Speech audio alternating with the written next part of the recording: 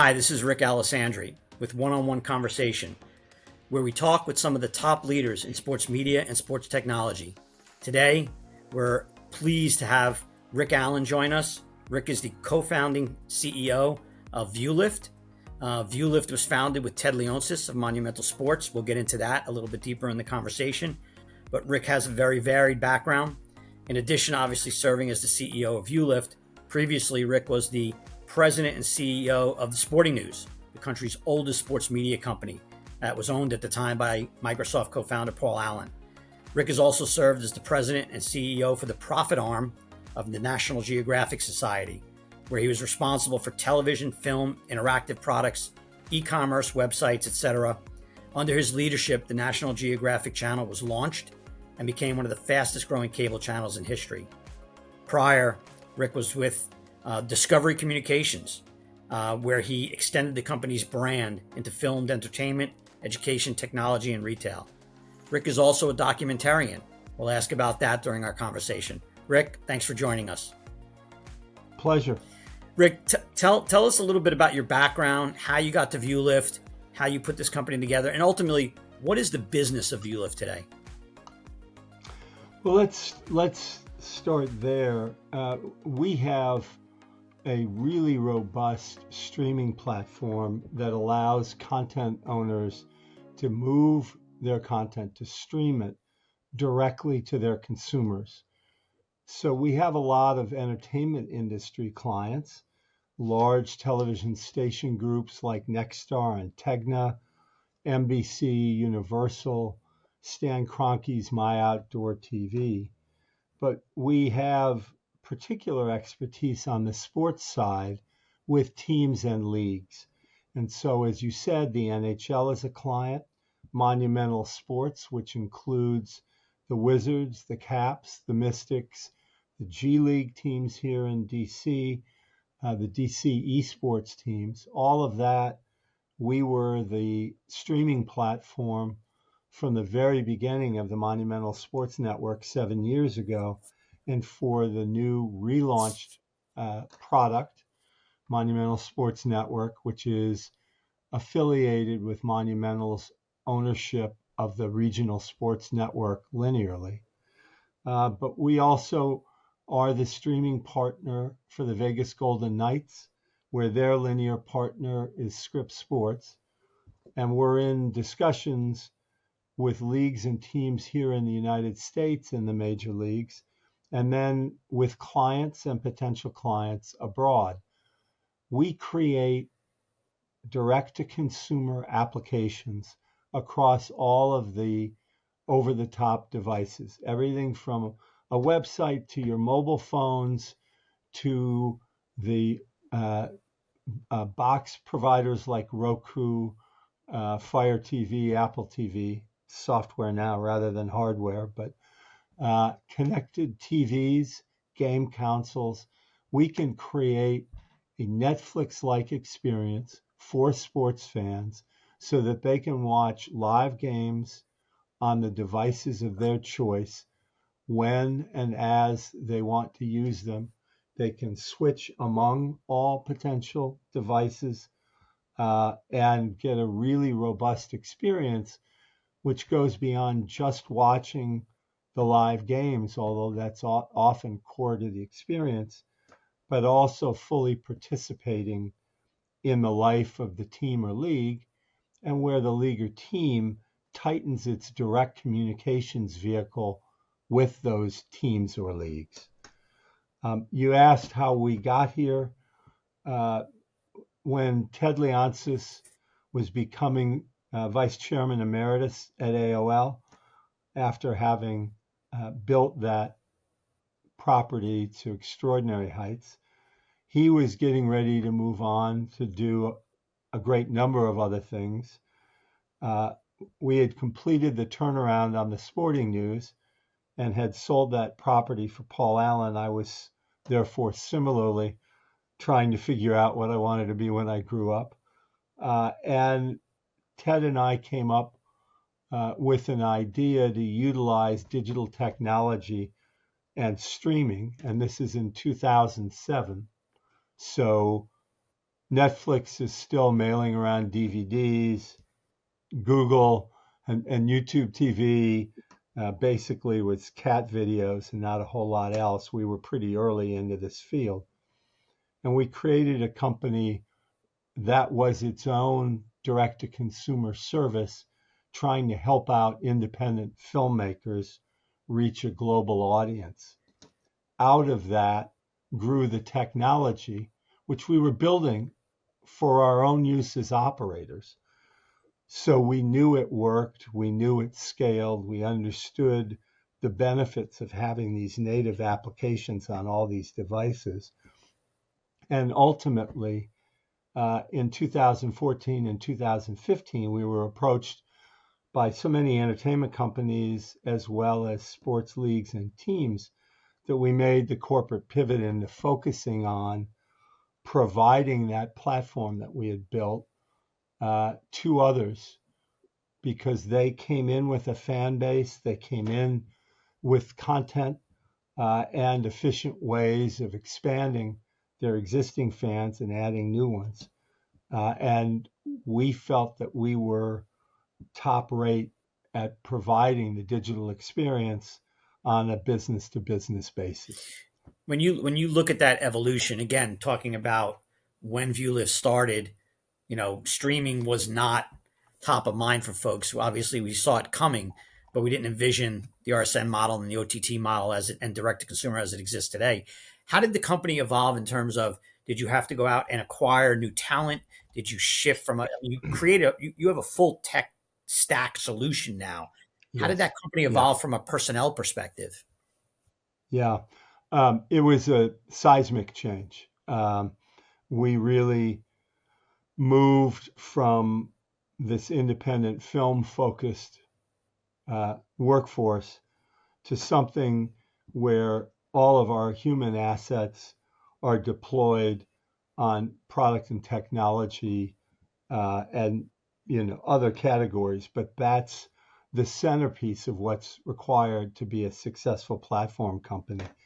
So there was a lot of new hiring, there was a lot of training, and when you have a technology company, particularly a platform company, you never stop evolving. You can't. And so we're constantly looking to add more folks to our team, to increase the skill sets of our colleagues so that they can handle the growth in the sector, which is inevitable and which we are both causative agents and beneficiaries. When obviously the regional sports network landscape is changing minute by minute, and the business model is rapidly changing, as evidenced by what's happening with Diamond Sports and everything Right. and the fact that the Leosis family has kind of brought in their own RSN and is building a direct to consumer has launched a direct to consumer business. Do you envision more and more of these teams going to the model that Ted and Zach and Monumental have kind of architected, which is, let's own the entire ecosystem. Let's have that direct to consumer relationship with our fans so that we can serve them across a broad spectrum. Or then you have the linear networks out there as well, kind of using your tech solution, but then feeding to a linear network as well as a direct to consumer. Do you think a model wins out, or do you think it's top of the first inning? I think it's still top of the first inning. I think that there are multiple solutions available to both at the league level and at the team level. And I think one of the advantages of the old model was that local distribution decisions were made by the team based on their marketplace, their fan base, what those fans wanted, and what the teams were capable of providing on their own initiative or through partners that had differing benefits to offer. It would be incorrect to say that the regional sports network model is dead. I don't believe that's the case, and certainly Monumental is proving that it's not the case. As a company, we've always believed that linear is complementary to digital.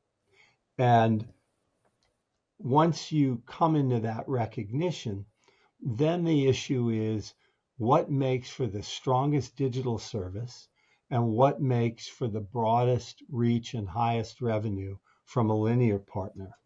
In some cases, that's going to mean becoming a media company or adding that component to what the team does and how its value is created. And in many cases, it won't. And teams will seek to work with linear partners. And we're seeing models being developed all the time. In this season, one of those models is represented by the way that the Vegas Golden Knights, our client, Mhm. is working with us on the digital side and with Scripps Sports on the linear side. Because we represent Nexstar and Tegna, we know what they're prepared to do as linear partners for teams. And we've seen other television station groups like Gray uh, have their value proposition to teams as that kind of linear partner. But I think over the course of this season, which in terms of the entity in bankruptcy, Diamond Sports Group, branded Bally, those relationships are going to end at the end of the 2023-2024 season, Mhm. either at the end of the regular season for NHL and NBA and or the end of the baseball season, but end during calendar year 2024. Some of those Diamond Sports Group RSNs may well survive and come out of bankruptcy. We don't expect that most of them will, and we can go into why, but I'll just say that there's going to be an awful lot of thinking on the part of teams about these issues between now and next June so that they're ready for what will be a very fundamental shift for many clubs. Because let's face it, Diamond has been the linear partner for roughly half of the clubs in hockey, basketball, and baseball. And that will change. Do you envision the leagues? There's been discussion. Obviously, the NHL is as a client of yours, but as the leagues look at what's happening, and obviously the NBA gave Diamond a bit of a reprieve this past week. Do you believe the leagues will start to build out their core infrastructure as well to either head in that direction long term or as a stopgap measure? I mean, where do you see the leagues participating in this new world? Well, all of them have at least built out with in-house staff and or outside vendors the backstop capacity because they couldn't take the risk that any of their teams lost the ability to get live games to their local fan base. That was a showstopper. So each of the leagues stepped up and they had slightly different solutions available to those kind of orphan teams if that happened. So far, in general, it hasn't. Diamond has walked away from certain contracts have ended, but largely they've continued to televise most of the games. There's another inflection point coming up not later than February when the Charter Spectrum deal is up for renewal. And as you've seen in the press reports about the NBA deal with Diamond Sports Group, there is an out to the league and its teams in the event that the Spectrum distribution is lost. I assume it's not just lost, but materially degraded. Um, so, I think the details of what the fixes will be will differ. I think all of the leagues understand the value of an aggregated approach because that's what they do for their national game packages, and they've seen enormous escalation in value.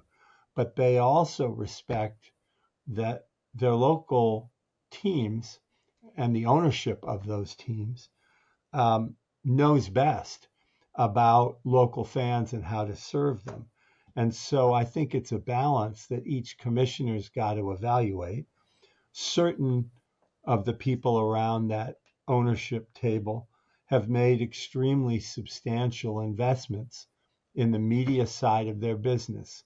One need only look at the Yes Network, at Nesson, at Monumental Sports Mhm. Network for examples of those.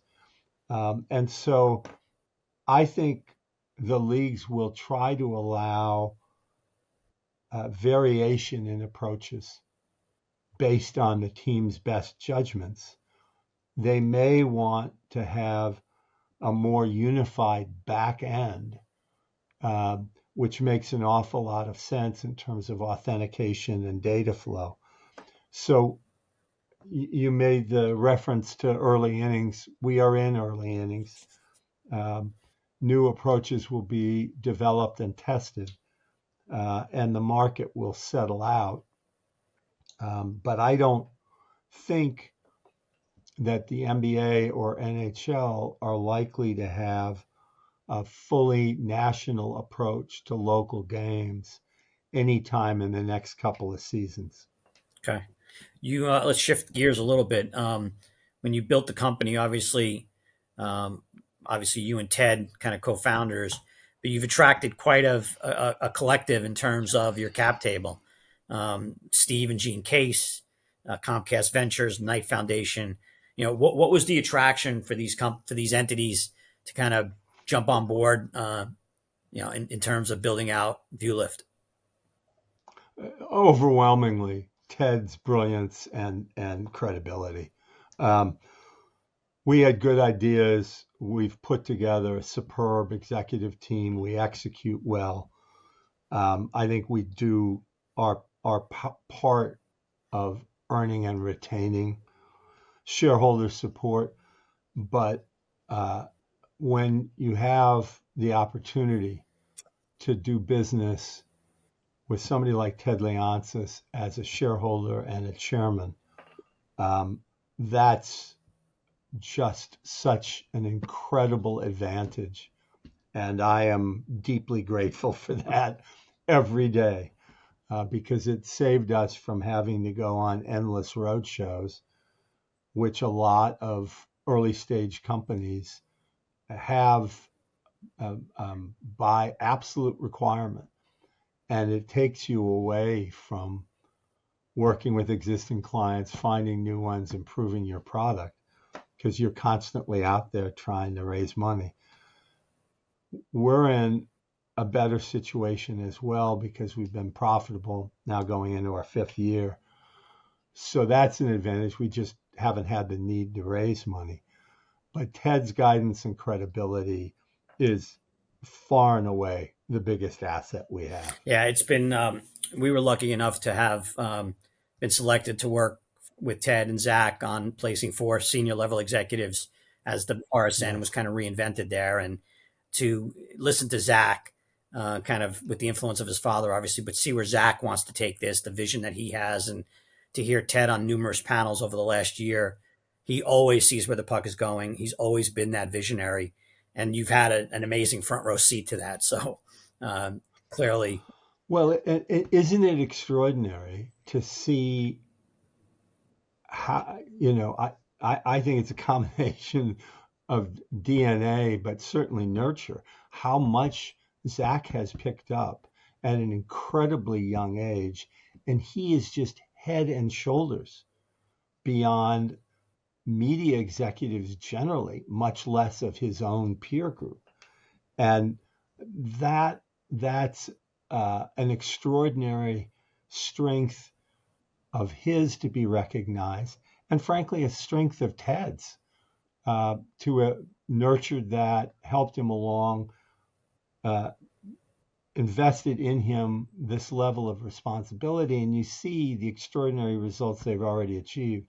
So we're incredibly Yeah. lucky to have them as clients and be able to work with the two of them as individuals and all of the executives that you so adroitly brought into that organization, many of which were not the obvious suspect hires.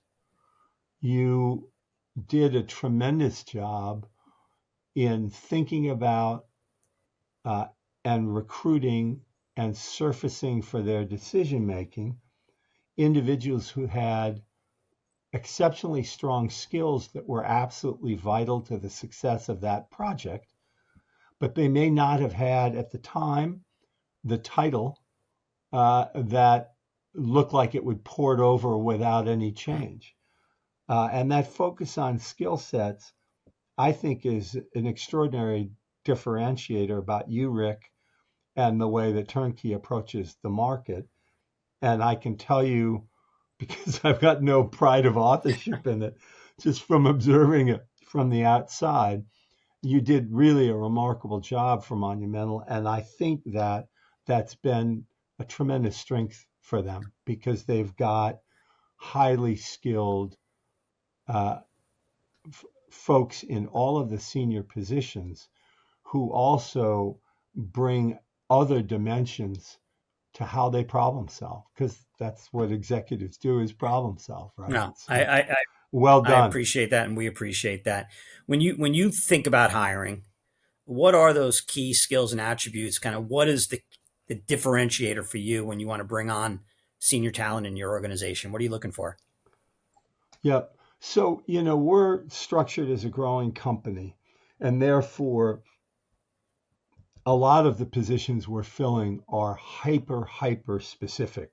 It's not just I need a software developer. It's I need an experienced Roku developer who really understands live product delivery on Roku and has, a minimum of 3 to 5 years of experience working on that platform. If you lift up above that level and say, when we hire senior executives, it's obviously a broader skill set. The most recent addition to our senior executives is Jeff Douglas, who had previously worked with us in the old Snag Films days, but had gone on to a long tenure with Discovery and then with AWS working on the Thursday Night Football product and others. And Jeff was the perfect hire to come in as chief customer officer because he knew us, we knew him, but the time he spent away from us, Discovery and AWS, gave him such deep knowledge of how large, extraordinary companies work with their customers, work with their clients. And we really needed that at that stage in our evolution. So, similarly to the way you've thought about the hiring process working with Monumental, we too say, what skills does this position require? And what would be additive in terms of experience, which would make it more targeted to our needs? Um, and then, often we ask ourselves, where would that person be now? Where might we find them? But we like to think beyond, the four corners of a box as well. Great. When you've obviously got passions outside of your full time job. You've produced with Ted 3 documentaries. Tell us a little about those documentaries. Um, we kind of fell into them, frankly. When we were going through this process of Ted thinking about how he was going to organize his time and talents as he was kind of exiting AOL, and I had done the job for Paul Allen, and I was moving on. We were bouncing around all sorts of ideas about buying businesses, starting businesses. And one day, Ted said, I have a letter here from a filmmaker who wants to make a sports documentary. She needs finishing finance. You know this world. Why don't you take a look at it and tell me if I should provide the finishing financing? And it happened to be a filmmaker who had done work for us at Discovery and at Nat Geo I did not know her, uh, but it was a very interesting concept. She had shot much of the film. With documentary, you don't do a script. You start out and you shoot tons of film, and the film comes together in the editing room. And so I went out to sit down with her editor in Los Angeles. Um, Susan Koch is the name of the director, now very well known. This film was about the Homeless World Cup, which was an extraordinary idea. It is, as the name would suggest, a global competition with teams representing countries, but those teams are composed entirely of people who have been homeless for, I think the period is at least a year. Um, so uh, it has the appearance of being a somewhat homogenous group of athletes, and it's not at all. And that really came out in Susan's film. You had an Afghan war refugee who was homeless because of the war. You had individuals in Ireland who had had substance problems. You had a young man in Kenya who had just grown up in extreme poverty and he was homeless because of that. Again, different reasons for them being homeless, a shared condition, and an extraordinary athletic endeavor. And it was in Cape Town, South Africa that year, one of the most beautiful places in the world. And so, to make a long story short, um, we decided to back Susan. Ted provided the finishing financing. Film went on to go to Sundance and to Tribeca, to go out theatrically, to get a television deal with ESPN. And we were kind of off to the races. And from that, two other films came to us. The next one being about Kyle Maynard, who is a two-time ESPY Award winner, an athlete who was born without his lower arms or lower legs. And it was about his quest to fight in mixed martial arts. We did that film with Kyle and with his director. And then we did a very different kind of film with a young filmmaker out of Los Angeles.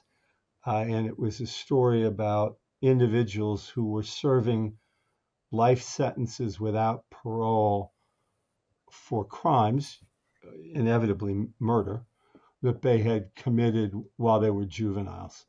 So it was taking a look at all of the serious questions about responsibility and redemption, and what a justice system and a just society should think about in asking itself some of the most difficult questions possible, because the circumstances are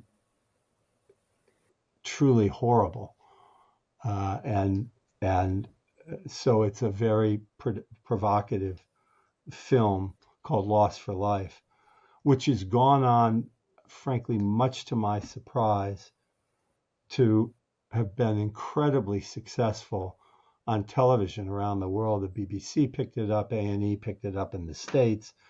The film's been broadcast countless times, in essentially all major territories.